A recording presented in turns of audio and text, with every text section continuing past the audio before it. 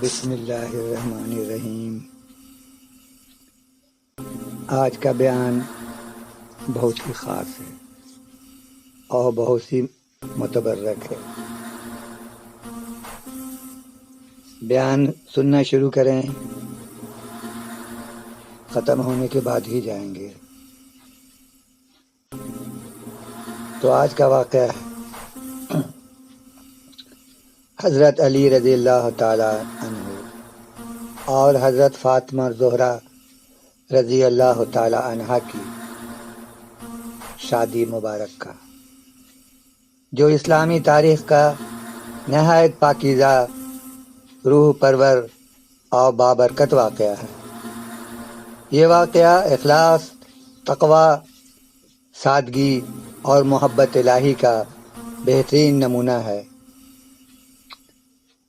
حضرت فاطمہ رضی اللہ تعالی عنہا نبی کریم صلی اللہ علیہ وسلم کی سب سے پیاری بیٹی ہیں۔ آپ صلی اللہ علیہ وسلم کو ان سے خاص محبت تھی۔ جب بھی آپ صلی اللہ علیہ وسلم کسی سفر پر جاتے تو سب سے آخر میں ان سے ملاقات کرتے، اور جب واپس آتے تو سب سے پہلے ان کے پاس تشریف لے آتے۔ جب فاطمہ رضی اللہ تعالی عنہا جوان ہوئیں تو کئی جلیل القدر صحابہ نے نکاح کی خواہش ظاہر کی، مگر نبی صلی اللہ علیہ وسلم نے فرمایا، میں ان کے بارے میں اللہ تعالیٰ کے حکم کا انتظار کر رہا ہوں۔ ایک دن حضرت سعد بن معاذ رضی اللہ تعالیٰ عنہ اور ساتھ ہی ساتھ دوسرے صحابہ کرام نے حضرت علی رضی اللہ تعالیٰ عنہ سے کہا کہ علی، تم فاطمہ کے لیے رسول اللہ صلی اللہ علیہ وسلم سے نکاح کی بات کیوں نہیں کرتے؟ حضرت علی کرم اللہ وجہہ نہایت ہی شرمیلے اور سادہ مزاج تھے، مگر ہمت کر کے رسول اللہ صلی اللہ علیہ وسلم کی حضور میں حاضر خدمت ہوئے اور شرماتے شرماتے عرض کیا، یا رسول اللہ، میں آپ کی بیٹی فاطمہ کے ساتھ نکاح کا خواہاں ہوں۔ نبی کریم صلی اللہ علیہ وسلم نے فرمایا، علی، تمہارے پاس مہر کے لیے کیا ہے؟ حضرت علی نے عرض کیا، یا رسول اللہ، میرے پاس ایک ذرہ ہے۔ یہ لوہے کا جنگی لباس ہوتا ہے۔ آپ صلی اللہ علیہ وسلم نے فرمایا، یہی مہر کے طور پر دے دینا، اور فرمایا، اے علی، اللہ تعالیٰ نے فاطمہ کو تمہارے لیے پسند فرمایا ہے اور تمہیں فاطمہ کے لیے۔ تو اللہ تعالیٰ کے محبوب صلی اللہ علیہ وسلم کی لخت جگر حضرت فاطمہ زہرا رضی اللہ تعالی عنہا خاتون جنت کی شادی اسلام کے بہادر سپاہی حضرت علی بن ابی طالب رضی اللہ تعالی عنہ سے طے پا گئی۔ یہ واقعہ ہے جنگ بدر کے بعد کا۔ حضرت علی رضی اللہ تعالی عنہ کے پاس بھی کچھ مال غنیمت آیا تھا، تو انہوں نے شادی وغیرہ کے لیے، ولیمے کے لیے، سامان کے لیے ایک شخص کو ٹھیک کیا کہ تم میرے بجٹ کے حساب سے اس کا انتظام کر دو۔ پھر اس کے بعد جہاں جس مکان میں، جس جگہ میں سامان کو آنا تھا، وہاں جب دیکھنے کے لیے گئے تو وہاں ایک بڑی شاندار محفل جمی ہوئی ہے، جیسے کسی بہت بڑے انسان کے دعوت کا انتظام کیا جا رہا ہے۔ ساز سجاوٹ بھی خوبصورت ہی تھا، گہما گہمی، چہل پہل، نہایت ہی خوشنما منظر تھا۔ جب وہ اندر داخل ہوئے تو معلوم ہوا کہ انہی کے شادی کے اہتمام میں یہ سب کیا جا رہا ہے۔ اندر داخل ہوئے تو دیکھا حضرت حمزہ رضی اللہ تعالیٰ عنہ اپنے دوستوں کے ساتھ بیٹھے ہوئے ہیں اور کچھ پینے پلانے کا پروگرام بھی چل رہا ہے، اور اس اطراف کی مشہور مغنیاں گا رہی ہیں۔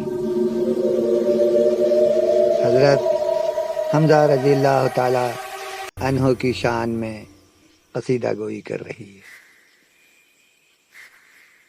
حضرت حمزہ رضی اللہ تعالی عنہ نے جب حضرت علی رضی اللہ تعالی عنہ کو دیکھا تو ان کے ہونٹوں پر ایک پدرانہ شفقت بھری مسکراہٹ آئی اور بہت ہی پرشفقت نگاہوں سے حضرت علی کی طرف دیکھا،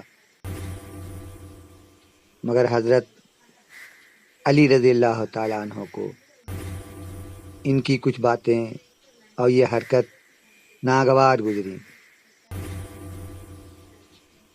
انہوں نے حضرت حمزہ رضی اللہ تعالیٰ عنہ سے بہت ہی سخت الفاظ میں گفتگو کی۔ الفاظ اتنے سخت تھے کہ حضرت حمزہ رضی اللہ تعالیٰ عنہ کو غصہ آ گیا اور ان کا ہاتھ تلوار کے دستے پر پہنچ گیا۔ حضرت علی رضی اللہ تعالیٰ عنہ خاموشی سے واپس آ گئے تاکہ رسول اکرم صلی اللہ علیہ وسلم کو اس معاملے کی، اس واقعات کی خبر کریں۔ حضرت حمزہ رضی اللہ تعالیٰ عنہ کے بارے میں کچھ بتا دینا ضروری ہے، یقیناً آپ لوگوں کو بھی دلچسپی ہوگی اس سے۔ خیال رہے اس وقت شراب کو حرام نہیں قرار دیا گیا تھا۔ حضرت حمزہ رضی اللہ تعالیٰ عنہ نبی اکرم صلی اللہ علیہ وسلم کے چچا تھے اور رضائی بھائی بھی تھے۔ یہ نبی اکرم صلی اللہ علیہ وسلم کو بہت زیادہ مانتے تھے اور ان کی حفاظت کے لیے ہمیشہ کمر بستہ رہتے تھے۔ تو ان کا ایک واقعہ ہے، وہ بھی سن لیں۔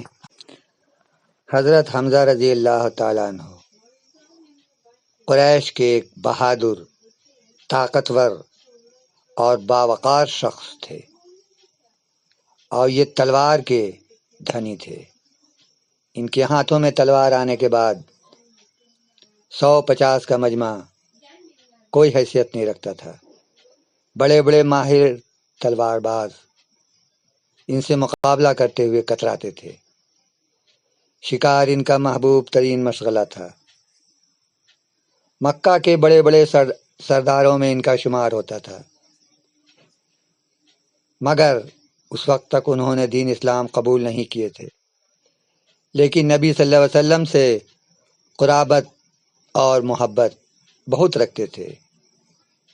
ایک دن نبی کریم صلی اللہ علیہ وسلم صفا پہاڑی کے پاس قریش کے لوگوں کو اللہ کی طرف دعوت دے رہے تھے۔ اسی دوران ابو جہل وہاں آیا اور نبی کریم صلی اللہ علیہ وسلم کو بڑی سختی سے گالیاں دینے لگا، یہاں تک کہ بات دھکا مکا تک پہنچ گئی۔ نبی کریم صلی اللہ علیہ وسلم خاموشی سے اپنے گھر لوٹ گئے۔ یہ سارا واقعہ ایک لونڈی نے دیکھا۔ شام کے وقت جب حضرت حمزہ رضی اللہ تعالیٰ عنہ شکار سے واپس آئے تو اس لونڈی نے انہیں بتایا، اے ابو عمارہ، تمہارے بھتیجے محمد صلی اللہ علیہ وسلم کے ساتھ آج ابو جہل نے بہت برا سلوک کیا ہے۔ اس نے انہیں گالی دی ہے، ان پر حملہ بھی کیا ہے، لیکن محمد صلی اللہ علیہ وسلم نے کچھ جواب نہیں دیا ہے۔ یہ سن کر حضرت حمزہ رضی اللہ تعالیٰ عنہ کی غیرت جوش میں آ گئی۔ وہ فوراً اپنے کمان اور تیر کے ساتھ کعبہ کی طرف گئے جہاں قریش کے بڑے بڑے سردار بیٹھے ہوئے۔ وہاں ابو جہل بھی موجود تھا۔ حضرت حمزہ سیدھے اس کے پاس گئے اور کمان اتنی زور سے اس کے سر پر مارا کہ وہ چکرا گیا، اور اسے کہا، تم محمد صلی اللہ علیہ وسلم کو گالیاں دیتے ہو؟ اگر تم میں ہمت ہے تو مجھ سے مقابلہ کرو۔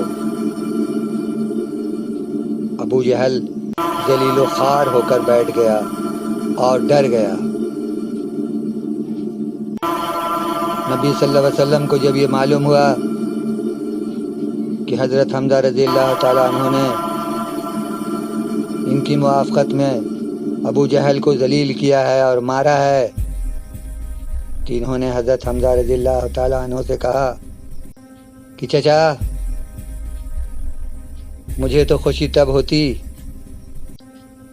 جب تم ہمارے دین کو قبول کر لیتے۔ حضرت حمزہ رضی اللہ تعالیٰ عنہ نے کلمہ پڑھا اور مسلمان ہو گئے۔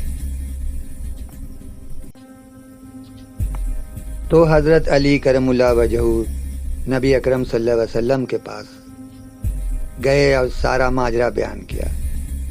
نبی صلی اللہ علیہ وسلم فوراً آئے اور حمزہ رضی اللہ تعالیٰ عنہ کو سمجھایا اپنے لہجے میں۔ وہ ٹھنڈے ہوئے، وہ نادم ہوئے، تو کسی طرح سے یہ شادی مبارک بخیر و خوبی، سادگی اور تقدس کے ساتھ انجام تک پہنچی۔ نکاح کے بعد نبی اکرم صلی اللہ علیہ وسلم نے حضرت علی رضی اللہ تعالیٰ عنہ سے فرمایا کہ ولیمہ کرو۔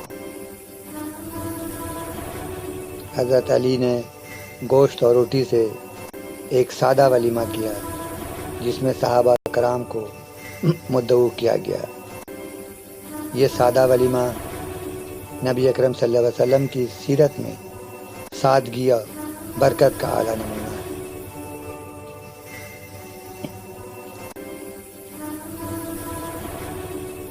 جب دونوں میاں بیوی ایک ساتھ بیٹھ گئے تو آپ صلی اللہ علیہ وسلم نے فرمایا، اے علی اور فاطمہ، جب تم دونوں اپنے گھر میں داخل ہو تو 2 رکعت نفل نماز پڑھو۔ پھر آپ نے یہ دعا فرمائی، اے اللہ، ان دونوں میں برکت دے، ان پر برکت نازل فرما اور ان کی اولاد میں برکت عطا فرما۔ اللہ تعالیٰ نے اس پاک جوڑے کو نیک اولاد عطا فرمائی۔ حضرت حسن رضی اللہ تعالیٰ عنہ، حضرت حسین رضی اللہ تعالیٰ عنہ، حضرت زینب رضی اللہ تعالیٰ عنہ، حضرت ام کلثوم رضی اللہ تعالیٰ عنہ، یہ سب اہل بیت اطہار میں سے ہیں جن کی عظمت قرآن و حدیث سے ثابت ہے۔ اور ایک اولاد حضرت محسن جن کا بچپن میں انتقال ہو گیا تھا۔ تو پھر ملیں گے اسی قسم کے ایمان افروز واقعات کے ساتھ۔ اگر پسند آئے تو کامنٹس کریں اور شیئر کریں۔